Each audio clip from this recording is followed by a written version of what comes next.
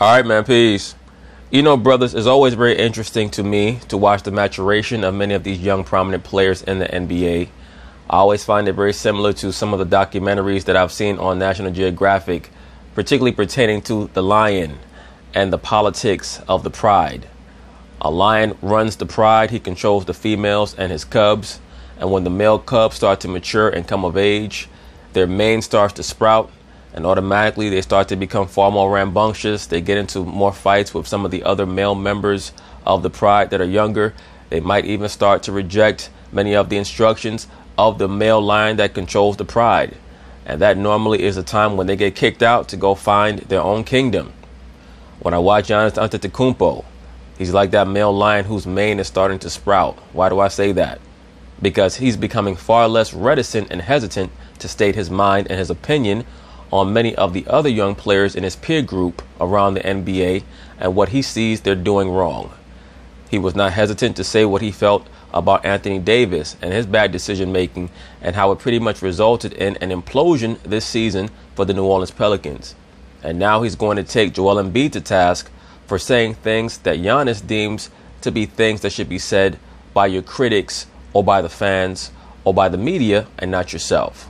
We know that Joel Embiid loves to speak about how great he believes he is. Well, Giannis disagrees with that approach, and he made that very public. And I think that that's a great thing for the NBA, especially since, once again, both of those players are great. They're entering their primes. They also both happen to be African. So if there's a rivalry between them and their teams, that's something that the NBA can transport internationally to help grow the league even more. So, of course, they're going to talk about it, and I'm going to chime in. Giannis was dominant in last night, but you won't hear him bragging about it via the Milwaukee Journal-Sentinel. Here's what he said about Joel Embiid, naming himself as the most... Yo, Giannis is so strong, man. He's a slim dude, but he's strong as hell. He just moves Ben Simmons out the way like he's nobody, like he's a feather. Most unstoppable player in the NBA. If he believes he's the most unstoppable player in the NBA, that's good for him. Obviously, he's a really, really good player. He's hard to guard. He's a hard player to guard. I think, like other people should say that about you. You don't say that about yourself. Shots fired. Okay, it's been a great rivalry between these two, and we'll just look at the numbers from this season. Giannis has been so consistently great this year that people are starting to take it for granted. Getting the better of Embiid in points in the series overall this season. I also think that due to his laid-back personality, it's very difficult for many of the members of the mainstream liberal sports media to grasp a hold onto him. I've made this statement in other videos. Giannis and Kawhi Leonard are a couple of the great players in the league who the media, they don't see too many narratives with them. Both of those players are kind of quote-unquote boring. So you see that oftentimes that the basketball media tries to steer the storylines away from them and more towards players who they feel like they can get sound bites from. 2-1, and then Embiid leads in assists, and they're tied in rebounds. All right, Will, you want to start us off on this? Sure. Okay. Is Giannis versus Embiid the best rivalry in the NBA right now? I don't think that it's the best rivalry in the NBA when it comes to player on player, but it's very, very close. It's getting there. I will still have to choose LeBron James and Kevin Durant when LeBron is fully healthy. I might even put Steph Curry and Russell Westbrook over their rivalry for now. But they're shooting upwards with a bullet. There's no doubt about that. The Giannis-Joel Embiid rivalry is going to be what's popping very, very soon. Maybe even by next season. No, it's not the best rivalry. It's a little bit like Giannis himself. I love Giannis. He's the next best thing. But don't skip the word next. Giannis and Embiid might be the next best rivalry, but you got to honor what is. And the best rivalry in the NBA is really, well, it's Steph versus LeBron. I think we want it to be KD versus LeBron, but I don't want to see another video of them holding towels over their mouth and talking about what comes next. I mean, well, it has to be KD versus LeBron. Number one, because they're going to be guarding one another. They pretty much play the same position, and they've been the two best players in the NBA for the past 6 or 7 years right now. It can't be Steph versus LeBron because they don't play the same position. Now, in this era, Steph is more impactful than LeBron James is. But they don't go head-to-head enough for me to consider that a rivalry. And Steph's team has been so much better than LeBron's the last couple of years because he happens to have KD on the team that it's very difficult to assess even a hypothetical rivalry between LeBron James and Stephen Curry. I mean, that's a debate over who's the best player in the NBA. But rivalry, like who's going to take this? How do we know they were talking about what? I don't know. How do we know they weren't talking about meeting up at Roscoe? Well, then stop being cute. How about that? Stop being cute. Okay, that's fine, but I'm just saying they could have been talking. We gonna meet up at Roscoe. That's all I'm trying to say. But go ahead. They know they were being cute. All right. They know it. I want a little bad blood. I don't want cuteness, and that's the point. And that's why Steph and LeBron is still the best rivalry in the NBA. Right, but how much quote-unquote bad blood is there between Steph and LeBron? Now, I do agree with Will Kane because I think that he's picking up on the sentiment that those two guys do not like one another. I think that LeBron James was very resentful towards the media back in 2016 when they tried to hand over the mantle of best player in the league to Stephen Curry. I also think that we've seen over the past 5 years a great resentment across the league for Steph Curry from many of the other players in the NBA who always associate the best player with being someone who's physically dominant, can run fast, jump high, so on and so forth. And Steph does not really embody any of those characteristics. So we've seen Steph get disrespected before. He was getting disrespected by KD the year before KD came to the Warriors. Remember when Kevin Durant and Russell Westbrook, they were sitting behind the podium during that great Western Conference Finals series, and the reporter asked Russell Westbrook about Steph's defense, and he just started laughing, and KD started laughing. That's consistent with the lack of regard that Steph Curry normally receives from his peers. So if Russell Westbrook does not respect Stephen Curry, how can we expect LeBron James to respect Stephen Curry as a rival? He just doesn't. And LeBron has stated out of his own mouth that his biggest rival is Kevin Durant. He's been saying that for the last 8 years. Go ahead, Matt. Steph and LeBron was never really a rivalry. It looked like it was going to be, but LeBron was by so much superior to Steph and showed that when they matched up, when the two teams matched up. Well, I think that all of LeBron's cards, they felt like how he needed them to fall in those finals. I believe that Steph and LeBron, their skill set is so disparate from one another that it's very difficult to compare. The only thing that we can do is assess impact. And there, Steph has the edge in this current NBA. But in the playoffs, LeBron will have the edge because of the physicality. Steph required so much more with him to compete with LeBron. And then that's normal LeBron James fanboy rationalizing. Once again, in all reality, LeBron James is the person who went back to Cleveland with a super team. Steph Curry never had a super team. Steph Curry with Klay Thompson, Draymond Green, and Harrison Barnes is not a super team and was never a super team. And then, by the way, still lost. Like, went 6 games when LeBron was by himself, and then when LeBron got his crew back the following year, lost at home to him, in spite of the fact that they won 73 games. Right, but once again, he's speaking like LeBron James defeated the 73-win Warriors in 4 games and blew them out all 4 games.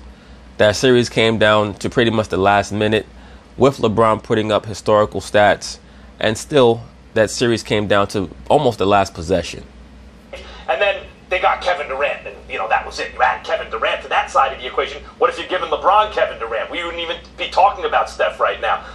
When LeBron went back to Cleveland, he was looking for the best young point guard in the NBA who he thought could play alongside of him, the most talented, and he found Kyrie Irving. He also orchestrated the trade for Kevin Love, who was viewed as a star in the NBA at that time, putting up 25 and 13 for like the previous 3 or 4 years. So let's not try to contort and change the storyline. So it's never really been a rivalry. Embiid versus Giannis is the best rivalry in basketball, period. Anywhere. Harden, Steph, however you want to do it. I think it's coming, but not right now. KD, LeBron. It is Embiid versus Giannis. It is unclear whose team is going to have more success going forward. And Embiid is the dominant big, along with AD, in basketball. The only reason he's not an MVP candidate is because of his health. Otherwise, he is playing at MVP levels. He's taking that jump. I would agree with that. I think that Embiid is like Anthony Davis, except more physical. And Giannis, talk about positionless basketball. He goes up against Ben Simmons, the point guard, and Embiid, the center. It's like Magic Johnson when he jumped against Darryl Dawkins at center in Game 6 of the Finals and gave him 42. But he's doing it like actually playing him all game during the regular season. Simmons is still a baby, can't deal with Giannis. But Embiid is. Those two are going back and forth in a clash of the titans. And just because the game is played differently nowadays, don't get it bent. This is a battle of the bigs. These are 7-footers. When was the last time 2 guys that evenly matched at the very top of the sport with evenly matched teams and the future at stake been going at it like this 43, 13, 6, and 5 from Giannis. And why don't you go take a look at Embiid's stat line? This is amazing, and I'm glad we're alive to see it. You're a great hype man, Max Kellerman. They don't exactly match up well with one another because they don't play the same position. But Giannis can try to guard Joel in spots. Joel can try to guard Giannis in spots. But what each player does well defensively would not allow them to be impactful defensively against the other player over long stretches. Giannis's feet are way too fast for Joel to try to guard him, especially if Giannis faces him up. And Joel is way too strong for Giannis to guard every possession. That's why, for the most part, they like to have Brook Lopez on Joel Embiid. For me, I just look at things differently. Like, for example, when I think about Joel Embiid, I see a center. When I think about Giannis, I see a small forward that's 7 feet tall. So I don't view them the same. Well, I would see Giannis as a tweener. I mean, he really is a hybrid because you can't call him a stretch forward because he does not shoot the long-range shot that well. But, of course, he's also 6'11", as you state. So what he brings to the table is very difficult to quantify other than his exemplary stat output.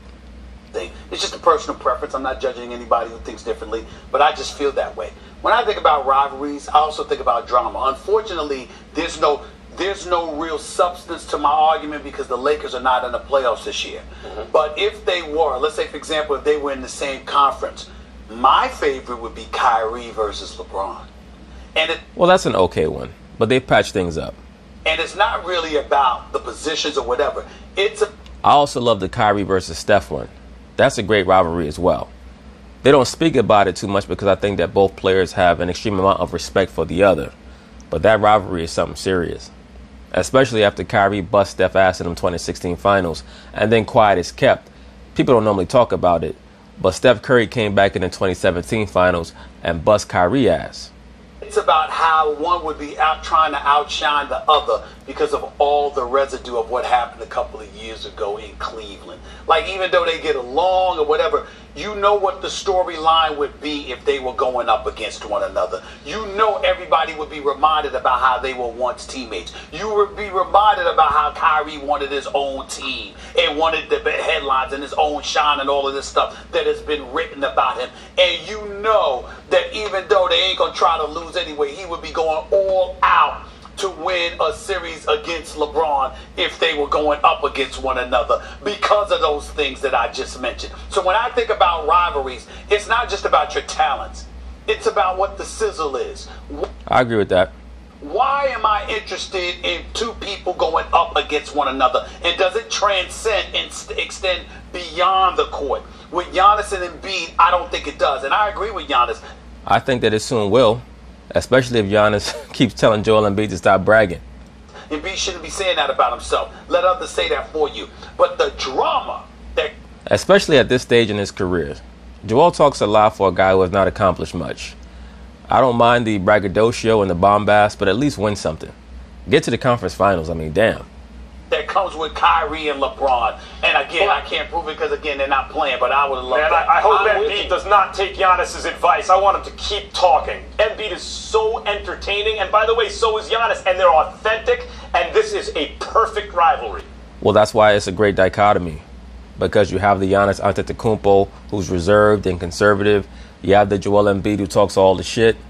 As I've stated, I kind of agree with Giannis. I think that Joel at least should fall back until he starts to win. I have no problem with the trash talk, but at least win some things first before you call yourself the most unstoppable player in the league publicly. I'm with you, Stephen A. I want a little behind the scenes to go with my rivalry. And you're right, Kyrie and LeBron would have it, but it's got to ultimately get up onto the biggest stage. And of all of these, I think, again, I think we all wish it was KD and LeBron, but that doesn't have that behind the scenes drama where Steph and LeBron has had that and has had it on the highest stage. And Max always overlooks 2015. I don't know why we look over that one. It's because Max Kellerman has a million and one excuses for LeBron James. So his excuse for 2015 is that LeBron did not have enough help. And not only that, Max. Why is that? What happened in 15? They won the title. What happened in 15? Steph won the title against LeBron. They won the finals. It took them 6 games, and LeBron didn't have Kyrie or Kevin Love. Yes, in 2015, the Warriors won in 6 games, a team that was not expected to win 67 games that season and had nowhere near the overall talent of the Cleveland Cavaliers. When LeBron James lost Kyrie Irving and Kevin Love, what that did was it evened things out talent-wise between the two teams. And if it were not for Steph Curry struggling early in the series, that might have been a sweep. That's really what it should have been. It should have been a damn sweep. But you just glossed over it. Like it took KD to win a title. In terms of the story of 2015, LeBron won that. He took a... And, you know, these fanboys for LeBron James, the LeBron James superfans, then they wonder why LeBron and his approval rating is dipping and diving every day. So many of these NBA players, they come on YouTube. They watch many of these videos. They watch television. They watch cable TV, and they see these debate shows and how obnoxious LeBron James' defenders are. And they don't want to get involved in that. And then they see the lack of self-awareness that LeBron James has coming on television saying that he likes to be uncomfortable. Well, I have news for you, bro. Most grown men don't like to be uncomfortable. What a grown man does is he understands when he's being put in an uncomfortable situation and he figures out how to resolve it. But what LeBron James is saying is that when things are comfortable, he's going to purposefully try to shake shit up just so that he can embrace the drama. Team with Dellavedova. Matthew Dellavedova was his second best player, and he went 6 games with the Warriors. You want to use that as an example of a rivalry? Because history books and trophies have an argument to make with you. I agree, sir. I mean, if we're going to assess and break down all of LeBron James' losses in the finals, then we have to do that with every player. Like, nobody says, oh, Isaiah Thomas, he won 2 championships, but he should have won 3 because he hurt his ankle in the 1988 finals. Nobody says that. Nobody says in 87 the Boston Celtics couldn't win. They had no chance of defeating the Lakers because Kevin McHale had a broken foot. Nobody says that stuff because nobody remembers. Nobody cares. Stop making excuses for LeBron James. And not only that, Max, had you listened long enough, you would have argued a better point that I was going to bring up. Because that point, who the hell gives a damn about Matthew Dellavedova? Congratulations. What headlines are that going to create? Here's the deal. If you recall, you were a guy that constantly talked about how much you loved the quote from Bird when he won, talking about the best part of it all was knowing that Magic Johnson was so miserable. So what I'm saying is that's what you get. You ain't going to get that necessarily, at least at this moment in time, from the Greek freak of Joel Embiid. All right? But guys, you might get that from those other guys. That's what I'm saying. But wait, what I'm saying is this, guys, this is even more interesting because it seems to me, and you guys tell me if you think otherwise, but this is how it feels to me. The competition on the court, now Giannis is talking about he shouldn't be saying that about himself. Can I say this? Can I answer that? The competition on the court is starting to feel personal to me. I agree with that. I won't quite call it personal, but I will say that the level of competition, the ardor is starting to spill over now, where Giannis is unafraid or unabashed and speaking his mind about Joel Embiid. And that's what happens with rivals. Every little thing starts to bother you about the other person. But because of the comp. Then I tell you what, based on that assessment right there, you know who we should all be ticked off at? Oh. Kevin Durant. Yeah. Because when he went, no, it wasn't about him going to Golden State. Well, don't worry about that, Stephen A. Smith, because I have the sneaky suspicion that Kevin Durant is going to renew the rivalry with LeBron James on a whole other level, and he's going to bring back the LA versus New York rivalry also, that dynamic as well. It's about, obviously, he's unapologetic about the friendship with LeBron, where we were all like, he's coming for LeBron, where I applauded him because he stepped on the court in the finals and was like, yeah, let's go. Now I got a crew too. Let's get it on. So, you know, again, they're cool. They're cool, obviously, off the court. You'd like to see some animosity, yes, and it doesn't. Them two niggas look so damn stupid. Like a couple little girls in the hallway before homeroom gossiping. Doesn't exist. Exactly. And we know Doesn't Giannis. exist. We know Giannis isn't I said making between friends. Durant and All right, we LeBron. asked you guys to weigh in on our Twitter. But anyway, that's basically it on that. We'll see where this rivalry goes. I would love to see Philadelphia versus Milwaukee in the playoffs. Based on the regular season games that I've seen thus far, it should be a very titillating matchup.